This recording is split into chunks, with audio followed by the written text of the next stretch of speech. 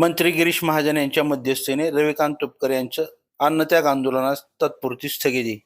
सविस्तर वृत्त असं की बुलढाणा जिल्ह्यातील क्रांतिकारी शेतकरी संघटनेचे नेते रविकांत तुपकर यांनी शेतकऱ्यांना सरसकट कर्जमाफी, 7/12 कोरा करणे, शेतकऱ्यांना मागील पीक विमा मिळणे यासाठी त्यांनी आपल्या घरासमोर 15 जूनला अन्नत्याग आंदोलन सुरू केलं होतं। मात्र या आंदोलनाकडे दुर्लक्ष होत असल्यानं संपूर्ण महाराष्ट्रामध्ये विविध ठिकाणी रास्ता रोको, जाळपोळ, निदर्शने करून शासनाचे लक्ष वेधण्याचा प्रयत्न शेतकरी करत होते। मात्र या उपोषणादरम्यान रविकांत तुपकर यांची तब्येत अधिकच खालावत चालली होती।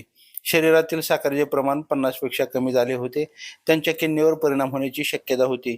या अगोदर 1 महिना आजारी असलेले रविकांत तुपकर यांनी अन्नत्याग आंदोलन सुरू केल्यामुळे शासनाची चांगली तारांबळ उडाली। त्यांच्या जीवितास धोका निर्माण झाला होता।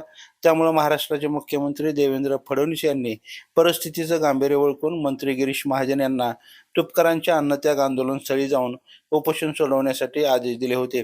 त्यानुसार मंत्री गिरीश महाजन हे 19 जूनला अन्नत्याग आंदोलनस्थळी भेट देऊन सविस्तर चर्चा केली। चर्चेअंती गिरीश महाजन यांनी 4 ते 5 दिवसाचा अवधी सरकारला मागितला आहे। त्या 4-5 दिवसात सरकारने शिष्टमंडळाशी सकारात्मक चर्चा व मागण्या मान्य केल्या नाही तर यापेक्षाही उग्र स्वरूपाचं आंदोलन करू असं सांगून तुपकर यांनी त्यांच्या मातोश्री व गिरीश महाजन यांच्या हस्ते उपोषण सोडलं आहे। उपोषणादरम्यान रविकांत तुपकर यांची तब्येत अस्वस्थ असल्यामुळे त्यांना शासकीय रुग्णालय बुलढाणा येथे उपचारासाठी हलवण्यात आलं आहे। लाईव्ह महाराष्ट्र झोन न्यूजसाठी लोणार तालुका प्रतिनिधी शिलवंत इंगळे। ताज्या अपडेटसाठी लाईव्ह महाराष्ट्र झोन न्यूजच्या यूट्यूब चॅनलला सबस्क्राईब करा, तसेच बेल आयकॉनवरती क्लिक करा। ज्यांची कोणाची काही निवेदन असतील ते माझ्याकडे द्या, आम्ही या ठिकाणी ते सगळे निवेदन स्वीकारतो। मी गादी आणतोय कुत्रू।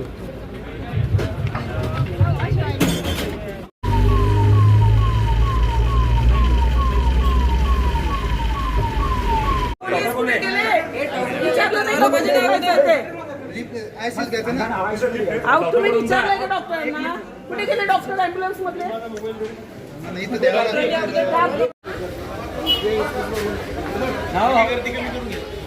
हे आपले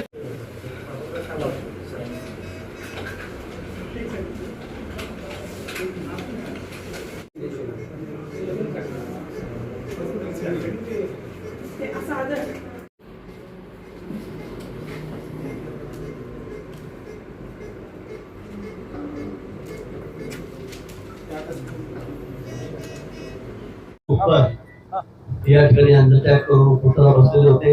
आज उपोषणाचा 5वा दिवस आहे। काल मी त्याच्याशी पूर्ण बोललेलो होतो। 4-5 आठवड्यानंतर बोलणं झालं, सकाळपासून बोलणं झालं आणि आज नाशिकला आपल्याला माहिती MLC चुनाव इलेक्शन होतं, निवडणूक होती।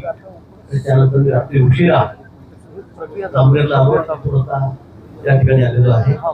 त्याला विनंती केली की 5 दिवस आपण उपोषणाला बसलेला आहात। डॉक्टरांनी तपासणी केल्यानंतर अनेक आपले शारीरिक त्रास आपल्याला या ठिकाणी आहेत, क्रिएटिन त्या ठिकाणी कमी होत आहे।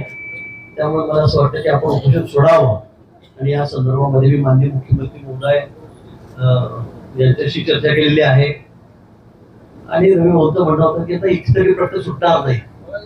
मी त्यांना म्हटलं की आपण मुंबईलाच या आपण प्रतिनिधी मंडळ घेऊन आणि त्या ठिकाणी माननीय मुख्यमंत्री महोदयांच्या विषयी बैठक करून संबंधित अधिकारी त्या ठिकाणी राहतील आणि त्या संदर्भामध्ये आपण त्याच्या मागण्या आहेत त्या आपण तिथे ठेवाव्यात, मांडाव्यात आणि त्या ठिकाणी मग माननीय मुख्यमंत्री महोदय आहेत, आमचे मित्राचे CEO प्रवीण परदेशी, ज्या समितीचे अध्यक्ष होते ते असतील, मोठे सेक्रेटरी असतील, मग रेव्हेन्यूचे असतील, कृषी खात्याचे असतील, फायनान्सचे असतील, कनेक्टचे असतील, हे सगळे सेक्रेटरी त्या ठिकाणी असतील, वरिष्ठ अधिकारी, आणि त्यांच्यासमोर बसून आपण आपल्या मागण्या मांडूया। ज्या ज्या शक्य आहे करण्यासारख्या आहेत त्या सगळ्यावर आपण निश्चित योग्य असा निर्णय त्या ठिकाणी करू। सरकार शेतकऱ्यांच्या बाबतीमध्ये त्यांना जाण आहे आणि म्हणून माझे देवेंद्रजी आहेत ते अतिशय सकारात्मक आहे। आपलं सरकार मुख्यमंत्री शिंदेसाहेब असतील, आमच्या काही असतील पवार, ते सगळेजण त्या ठिकाणी सकारात्मक आहोत।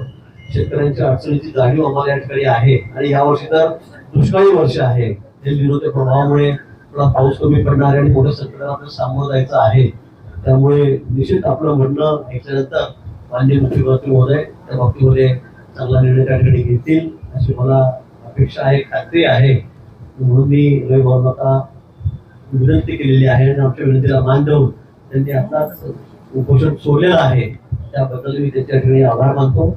आणि या आठवड्याभरामध्ये म्हणजे 4-5 दिवसामध्ये, उद्या शनिवार रविवार आहे, येणाऱ्यानंतर 4-5 पहिल्याच आठवड्यामध्ये, कारण आता अधिवेशन आहे आपल्याला कल्पना आहे, आणि त्यातून 10 दिवस वेळ काढावा लागेल आपल्याला.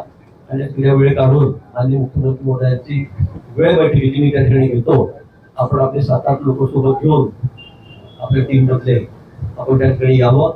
निश्चित आपण चांगली चर्चा त्या ठिकाणी करू आणि यातून शेतकऱ्यांना निश्चित काय काय अजून देता येईल, तुमच्यामध्ये काय कमी आहे जास्त आहे, सगळ्याच बाबतीमध्ये असेल. आपल्या 25-27 मागण्या या ठिकाणी आहेत. मला वाटतं सकारात्मक आपण त्या ठिकाणी चर्चा करूया आणि योग्य निर्णय त्या ठिकाणी करू.